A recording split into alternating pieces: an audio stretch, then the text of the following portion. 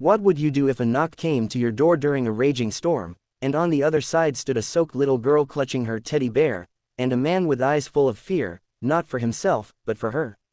Would you open your door? Let them in, even if you didn't know their names, or their pasts? That night, she did. And what followed changed everything: her heart, her job, and her entire life.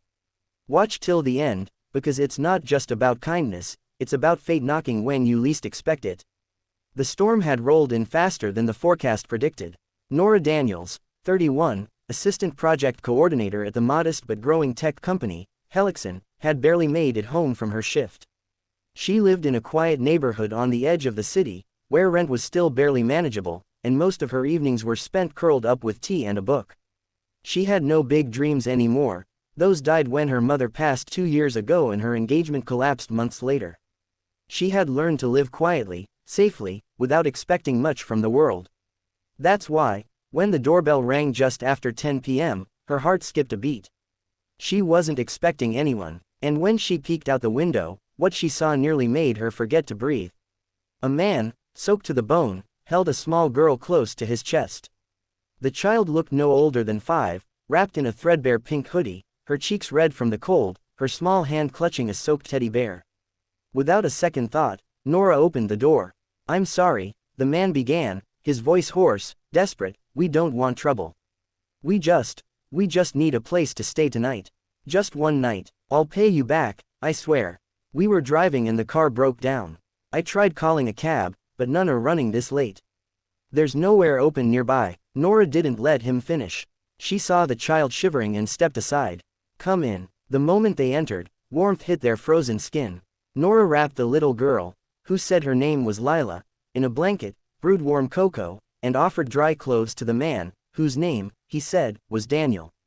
He didn't share much, only that he was new in town, trying to find a home for his daughter, trying to get his life back on track.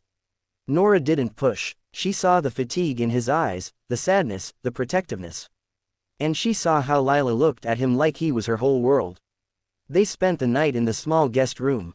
Lila clung to her teddy, but only after Daniel softly hummed a lullaby did she fall asleep. Nora watched them quietly from the doorway, a strange ache tugging at her heart. It wasn't attraction, at least not yet, it was something deeper. A connection, a question her heart kept asking: why does this feel familiar? The next morning, Daniel offered to leave early, but the storm had flooded half the street. His car was still dead. Nora insisted they stay for breakfast. Lila was all smiles now, talking about her favorite cartoons, pancakes, and how much she loved dogs, though they never had one. Daniel's smile softened with every word his daughter said, but Nora noticed his eyes always scanned the windows, the road, the world, as if expecting danger. When he finally left, he shook her hand. "I'll never forget your kindness, Nora. You didn't even ask questions. Not many people do that anymore." She smiled. "Maybe I needed a reminder that life isn't just about working and sleeping. And maybe you both reminded me." They parted. 2 days later, she returned to the office after the weekend, where a mysterious memo had everyone buzzing. New CEO arriving today. Meeting at noon. Mandatory attendance. Helixson had been bought out recently by a much larger firm, and no one knew what the changes would bring. Nora sat near the back, distracted, sipping her coffee when the doors opened, and her heart froze. The man who stepped in wore a crisp navy suit, his hair styled, his posture confident, completely different from the soaked, desperate figure at her door days ago. Daniel. Only now, he introduced himself as Daniel Rhodes, the newly appointed CEO of Helixson. Their eyes met across the room, and in that second, she knew everything was about to change again. Right arrow end of chapter 1. Speech balloon. If you're hooked by what just happened, chapter 2 is where everything unravels, and love takes root. Keep watching, and don't forget to like this video and subscribe to the channel for more emotional stories that hit right in the heart. The room fell into a hush the moment Daniel Rhodes stepped to the front of the boardroom. Nora's breath caught in her throat. It was him, but he didn't look like the man who had stood in her doorway, wet and vulnerable, clutching his daughter like a shield from the world. No, the man in front of them now was powerful, refined, the very image of a high-ranking executive. Yet when his eyes met hers, briefly, subtly, something flickered. Recognition, warmth, and something unspoken. But he said nothing. Not yet. Good morning, he began, voice smooth and commanding, yet kinder than expected. I'm Daniel Rhodes, and I've been tasked with taking Helixon into its next chapter. I believe in innovation, in heart, and most of all, in the people who make a company more than just a building. His speech was inspiring, calm, and clear. He laid out a vision of growth that had everyone excited, even Nora, despite the storm of confusion crashing inside her. Was he pretending not to know her? Was their encounter just erased? After the meeting, people crowded around Daniel to greet him, shake hands, introduce themselves. Nora slipped out quietly, her heart pounding. But before she could make it to the elevator, she heard someone call, "Miss Daniels." She turned. Daniel stood a few feet away, smiling, but not as a CEO. As the man she met that night. "May I speak with you for a moment?" he asked. Inside his new office, glassy, high, pristine, Daniel closed the door behind her and chuckled softly. "This is awkward, isn't it?" Nora crossed her arms. "A little. You didn't mention you were, well, this." He nodded. "I know, I didn't want to lie. But that night, I wasn't the CEO. I was just a father, trying to keep my daughter safe. I didn't even plan to stay in that neighborhood. I was scouting schools for Lila and got lost. The storm did the rest. And now, you're my boss," she said softly. Daniel's gaze softened. "And you're the woman who opened her home to a stranger, no questions asked. That kind of person, you don't forget." Nora looked down. "I didn't do it for recognition." "I know," he replied, stepping closer. "That's what makes it mean even more." Over the next few weeks, Nora tried to keep her distance. But life had a way of throwing them together. Project updates, lunch breaks that accidentally aligned, moments in the hallway where Lila's name would come up and both would soften.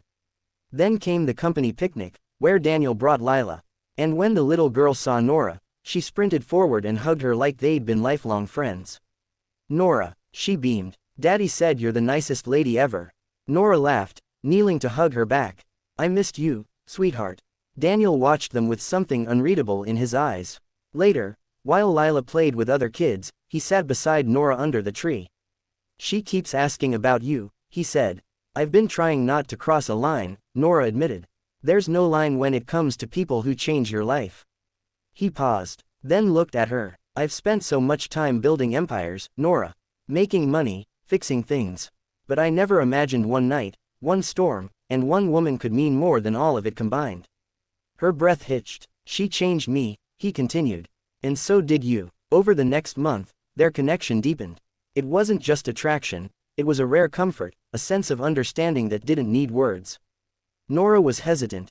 She wasn't used to being seen, not like this. But Daniel was patient, gentle. Every step he took toward her was full of sincerity. When he finally asked her to dinner, it wasn't in a fancy suit or with a chauffeur. It was on a quiet evening, with Lila holding a hand-drawn card that said, "Please come have dinner with me and Daddy." At dinner, Nora saw what few ever did, Daniel the father. The man who cut Lila's food before touching his own, who listened with real interest when she talked about cartoons, who didn't try to impress, just be. And slowly, Nora's walls came down. One evening, as they stood outside her door, just like the night he'd first arrived, Daniel took her hand. "I was lost when I met you. Literally, figuratively. That night changed everything. I found a home that day, not just for Lila, but maybe for me, too. Nora, I want you to be part of our life." Tears welled in her eyes. "I've spent so long thinking I wasn't enough," she whispered. Daniel leaned in, brushing his thumb over her cheek. "You're more than enough. You're the heart I didn't know I needed."